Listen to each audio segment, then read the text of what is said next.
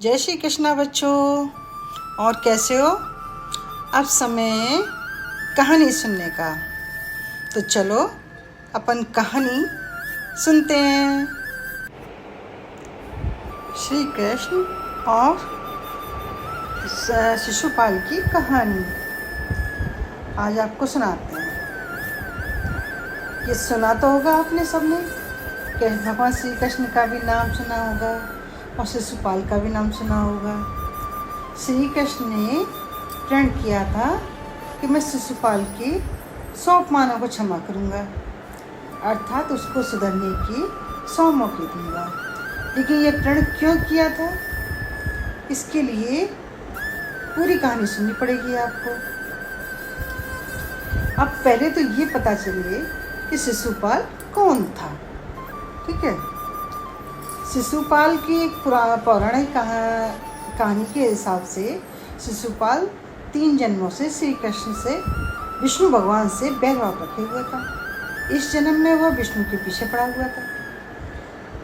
दरअसल शिशुपाल भगवान विष्णु का वही द्वारपाल था जिसे सनकादि मुनियों ने शाप दिया था।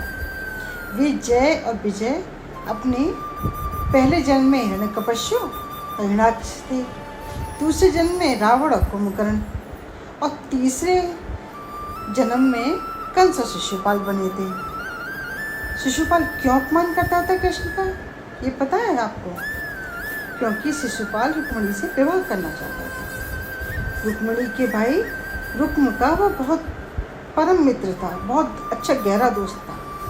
रुक्म अपनी बहन का विवाह शिशुपाल से करना चाहता था। रुक्मिणी के माता पिता रुक्मिणी का विवाह श्री कृष्ण के साथ करना चाहते थे, लेकिन रुक्म शिशुपाल के साथ रिश्ता तय करके विवाह की तैयारी शुरू कर दी उसने।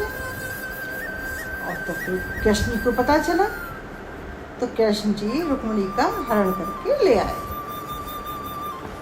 और दूसरा कारण ये था कि यादव वंशी राजा शिशुपाल कंस और जरासंध का मित्र था। शिशुपाल ने श्री कृष्ण को घेरने के लिए, उसे परेशान करने के लिए जरासंध का हर मौके पर साथ दिया था। शिशुपाल को यह भी मालूम था कि श्री कृष्ण मुझे 100 अपराध करने तक नहीं मारेंगे, क्योंकि श्री कृष्ण ने 100 बार क्षमा करने का प्रण जो दिया था। क्या कारण था वो? शिशुपाल कृष्ण की बुआ का लड़का था।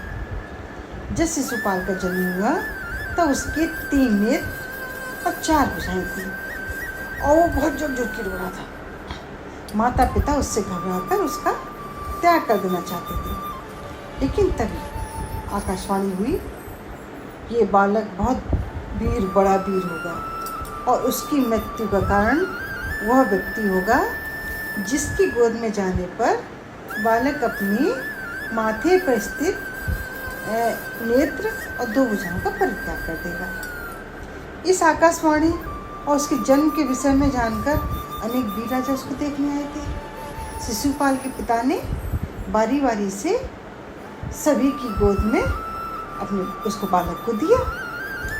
अंत में शिशुपाल के ममेरे भाई श्री कृष्ण की गोद में जाते ही उसकी 2 भुजाएं पृथ्वी पर गिरी और माथे पर से, ललाट पर से नेत्र गायब हो गया।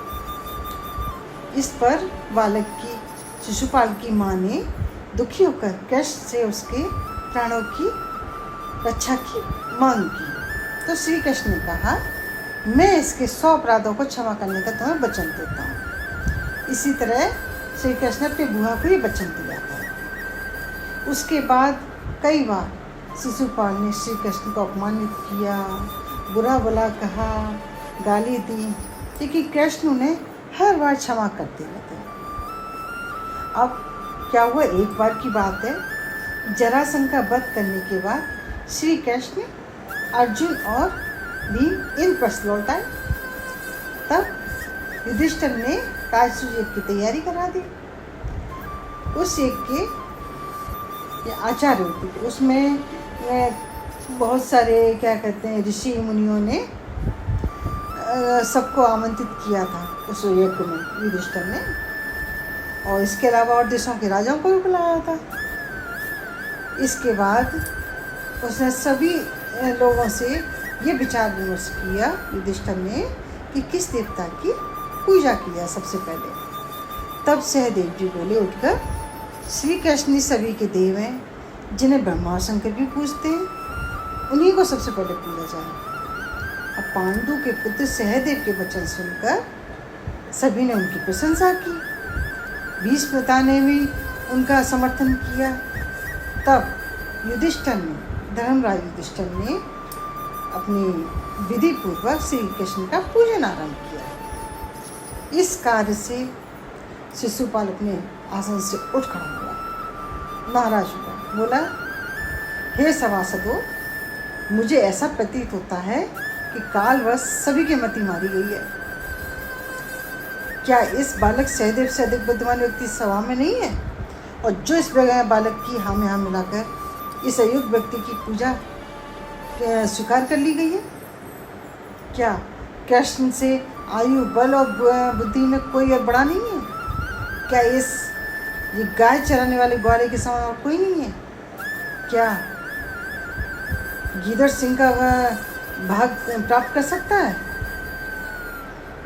इसका ना कोई कुल है, ना कोई जाति, ना कोई वर्ण। ये राजा के शाप के कारण राजवंशियों ने इस यदुवंश को कैसे तिरस्कार कर रखा है, बहिष्कृत कर दिया है। ये तो जरासंध के डर के मारे मथुरा त्याग कर समुद्र में जा छिपा था। भला यह पूजा पाने का कैसे अधिकारी है? इस प्रकार शिशुपाल कृष्ण को अपमानित करके गालियां देने लगा। यह सुनकर शिशुपाल को मार डालने के लिए पांडव और जो भी राजा थे वो क्रोधित होकर के अपने हाथों में हथियार लेकर खड़े हुए, क्योंकि कृष्ण ने उनको सभी को रोक दिया। श्री कृष्ण ने, और वहाँ बहस होने लगी, लेकिन शिशुपाल को इससे कोई फर्क नहीं पड़ा। तो कृष्ण ने सभी को शांत करके यज्ञ कार्य शुरू करने को कहा। उसने फिर से श्री कृष्ण को गालियां देना शुरू कर दिया। तब कृष्ण ने गरजते हुए कहा, बस शिशुपाल, मैंने तेरे सब सत्यों को क्षमा करने की प्रतिज्ञा की थी, इसीलिए अब तेरे प्राण बचे रहें।